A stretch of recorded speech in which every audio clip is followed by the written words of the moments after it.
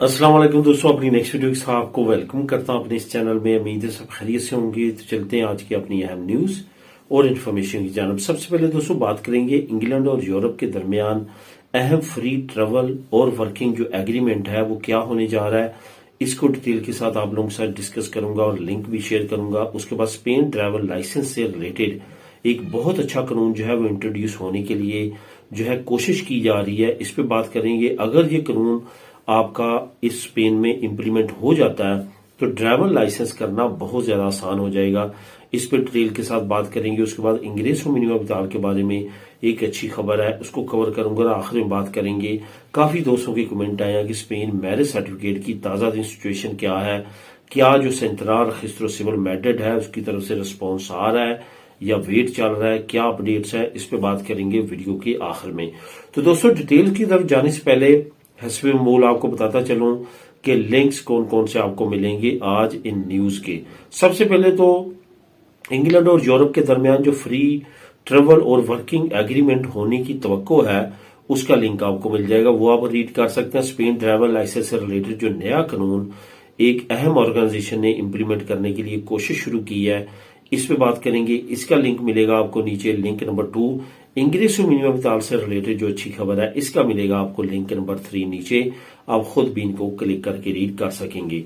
जो दोस्त इस चैनल पे नए हैं या वो दोस्त जिन्होंने अभी तक इस चैनल को सब्सक्राइब नहीं किया, लाजमी तौर पे चैनल को सब्सक्राइब करें ताकि तमाम छोटी से छोटी इन्फॉर्मेशन आप तक पहुंच सके जो मैं डेली बेस पे इस चैनल पे शेयर करता हूं। स्पेन से रिलेटेड, यूरोप से रिलेटेड, यूरोपीय यूनियन के, इंग्लैंड से रिलेटेड जो मामला चल रहे हैं ये तमाम को मैं कवर करता हूं ताकि हम बाखबर रहें और किसी भी नए कानून की आने की शक्ल में हम बर वक्त उनसे फायदा उठा सकें। तो दोस्तों सबसे पहले तो बात करते हैं कि इंग्लैंड और यूरोप का अहम फ्री ट्रेवल और वर्किंग एग्रीमेंट जो है जो इम्प्लीमेंट तो पता नहीं कब होगा, लेकिन उस पर बातचीत जो है शुरू होने जा रही है। क्योंकि दोस्तों हमेशा याद रखें जब भी कानून अनाउंस होता है, जैसे मैं अभी एग्जांपल दूंगा स्पेन के इमिग्रेशन कवानीन की, तो नॉर्मली जो कानून है कि 3 महीने के अंदर अंदर कोई भी नया कानून आता है तो वो इम्प्लीमेंट होगा। लेकिन आपको पता है कि 20 नवंबर 2025 को अनाउंसमेंट हुई। अब 20 मई 2025 को, 20 नवंबर 2024 को अनाउंसमेंट हुई, अब 20 मई 2025 को ये इम्प्लीमेंट होगा। इट्स मीन के 6 मंथ पीरियड जो है वेटिंग है। इस पे तमाम अदारे एक्टिव होंगे। अभी आप जाएंगे अक्सराखेरिया में, सेपे में, किसी भी अदारे में तो वो आपको एक ही लफ्ज बोलेंगे, ऐसा कि कानून का वजूद ही नहीं है। आपने पता नहीं कहां से सुना है, कहां से आए हैं, क्योंकि उनको अभी तक उस पर इम्प्लीमेंट करने के लिए ऊपर से आर्डर नहीं आए। वो आपको नहीं कह सकते कि ये कानून है लेकिन अभी इम्प्लीमेंट नहीं, वो कहेंगे ये है ही नहीं ऐसा कानून। तो 20 मई के बाद जाएंगे तो वो आपको कहेंगे कि ये कानून है, इसके मुताबिक जो है आपको जो ये बेनिफिट मिलेंगे। तो इसी तरह इंग्लैंड और यूरोप के दरमियान कुछ नए एग्रीमेंट्स होने जा रहे हैं जो कि फरवरी में 4 तारीख को शुरू होंगे। इसमें जो सबसे बड़ा एग्रीमेंट है जिसकी बहुत ज्यादा उम्मीद है कि इंशाल्लाह ताला पहली दूसरी मीटिंग में ये तय पा जाएगा, वो है youth mobility programme. Youth mobility programme में 18 साल से लेके 30, यूरोपीय यूनियन की कोशिश होगी 35। 18 से 35 के दरमियान जितने भी नौजवान होंगे, लड़का है लड़की है कोई भी है, वो वहां पे जाके पढ़ सकेगा, रह सकेगा, ट्रेनिंग कर सकेगा, वर्किंग भी कर सकेगा। लेकिन उसमें भी खास रिस्ट्रिक्शंस लगाई जाएंगी जो एग्रीमेंट के वक्त ही पता चलेंगी। इसके साथ साथ दोस्तों कुछ ऐसी स्किल्स जिसकी दोनों साइडों पे हाई डिमांड है, जैसे कि स्पेशल मैं बात करूंगा यहाँ पे आईटी से रिलेटेड जो स्किल्स हैं, जिसमें आपको पता है कि मशीन लर्निंग, जो रोबोटिक लैंग्वेजेस में तमाम चीजें हो रही हैं, डाटा साइंस, ये जो प्रोफेशंस हैं इनकी हाई डिमांड है। Software engineer, software developers, startups, technology से रिलेटेड जो लोग हैं, ऐसे लोग जो हैं जो हाई प्रोफाइल हाई प्रोफेशनल्स हैं, उनके लिए दोनों साइडों पे जो चीजें होंगी, दोनों साइडों पे जिन जिनकी हाई डिमांड होगी उनके लिए स्पेशल वर्किंग एग्रीमेंट जो है वो भी होने की तवक्को है। क्योंकि दोनों साइडों पे बहुत ज्यादा डिमांड है ऐसे लोगों की, और इनकी डिमांड दूसरे मुल्कों से भी बुलवाने से आपको साफ पता चलता है कि आप यूके में बहुत ज्यादा रिस्ट्रिक्शंस हैं वर्क परमिट की, बाकी तमाम मामला थी, लेकिन अभी तक भी स्किल वर्क परमिट जो है वो ओपन है। बल्कि अभी रिसेंटली रिपोर्ट आई है जो दूसरे चैनल पे यूके से रिलेटेड, आप मेरी न्यूज अगर देखेंगे वहां पे आपको ये पता चल जाएगा कि वो रिपोर्ट ये आई है कि वो परेशान है कि इतनी ज्यादा जो है नंबरिंग पिछले 6 महीनों में स्किल्ड वर्क परमिट के लोगों की कम हुई है। उन्होंने यहाँ पे अप्लाई कम किया है, उनका रुझान दूसरी कंट्रीज की तरफ हो चुका है। तो यूके इस वजह से परेशान है, हालांकि वो टोटल इमिग्रेंट से काफी ज्यादा परेशान है। ये तमाम बात करने का एक और मेरा मकसद ये भी है कि अपने आप को दोस्तों स्किल बेस करें।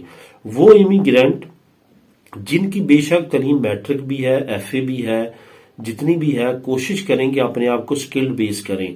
आईटी ऐसी फील्ड है जिसमें आपने 6 महीने भी लगा लिए खलूसे दिल से, मेहनत से, तो आपको एक लाइन मिल जाती है और आगे आप उसमें काफी ज्यादा ग्रोथ करते हैं।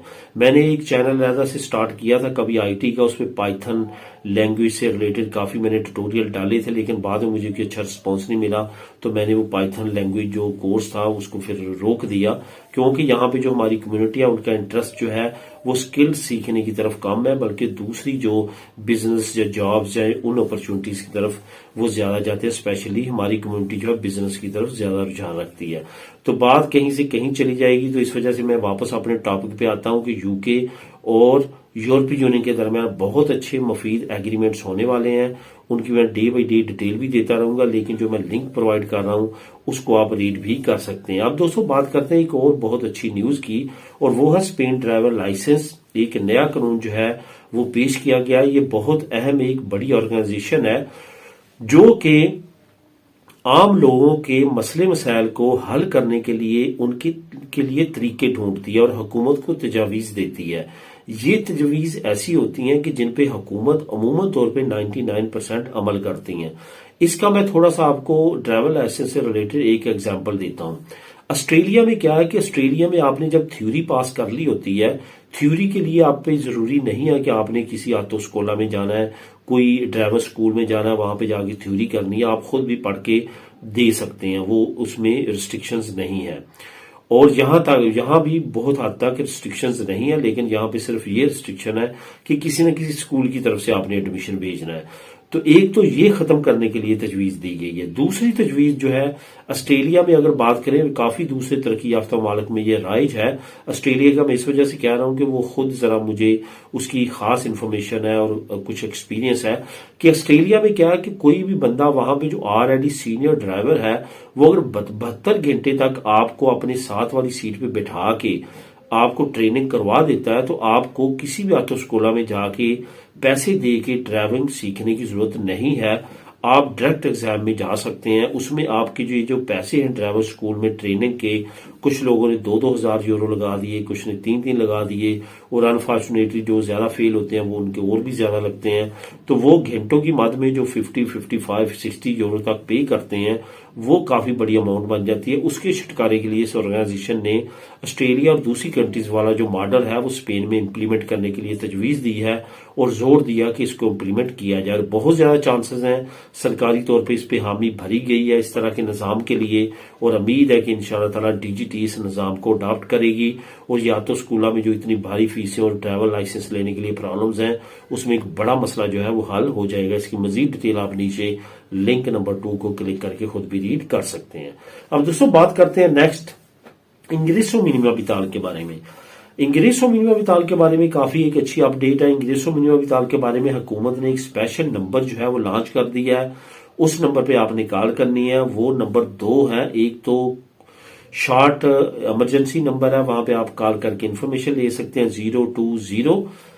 दूसरा एक लॉन्ग नंबर है जिसका लिंक नीचे आपको मैं जो प्रोवाइड कर रहा हूं वहां पे क्लिक करेंगे तो तमाम इन्फॉर्मेशन आपको मिल जाएगी। बहुत सारे लोगों को ये मसला रहता है कि इंग्रेसो मिनिमा विताल अप्लाई तो कर दे, उसकी इन्फॉर्मेशन नहीं मिल रही, केस कहां तक पहुंचा, क्या अपडेट है, ये सारी चीजें जो है अब आपके लिए ये नंबर इशू कर दिया गया गवर्नमेंट की तरफ से। इस पे कॉल करें और वहां से आप तमाम इन्फॉर्मेशन ले सकते हैं। आखिर में दोस्तों बात करते हैं स्पेन मैरिज सर्टिफिकेट की।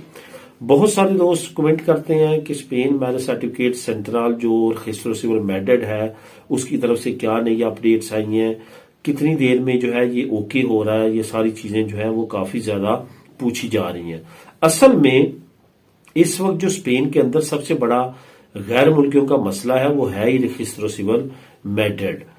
वहां पे जो है वो स्ट्राइक चल रही है, पूरा अमला काम नहीं कर रहा। 2024 में 2023 में बहुत ज्यादा लोगों को नेशनलिटी दी गई। अब उनके जो है वो मैरिज सर्टिफिकेट और बाकी जो सर्टिफिकेट है रश बढ़ चुका है रजिस्टर सिविल में, चाहे लोकल हो या सेंट्रल हो, तो इस वजह से देर काफी ज्यादा लग रही है। तो दोस्तों नई कोई भी अपडेट नहीं है, नई अपडेट यही है कि तकरीबन अभी भी जो है 1.25 साल 1.5 साल जो है अभी भी रजिस्टर सिविल लगा रही है। काम हो रहा है लेकिन काफी सुस्त रुई से हो रहा है। उम्मीद है कि आने वाले वक्त में अब 2025 शुरू हुआ है तो मामला बेहतर होंगे और इसमें कोई स्पीड आएगी और काम जल्दी, खास तौर पे ये जो सर्टिफिकात मैट्रिमोनियो है इनके मसाइल जल्द हल होना शुरू हो जाएंगे। तो दोस्तों ये थी आज की अहम न्यूज और इन्फॉर्मेशन। मिलेंगे नेक्स्ट वीडियो में नई अपडेट्स के साथ। अल्लाह हाफिज।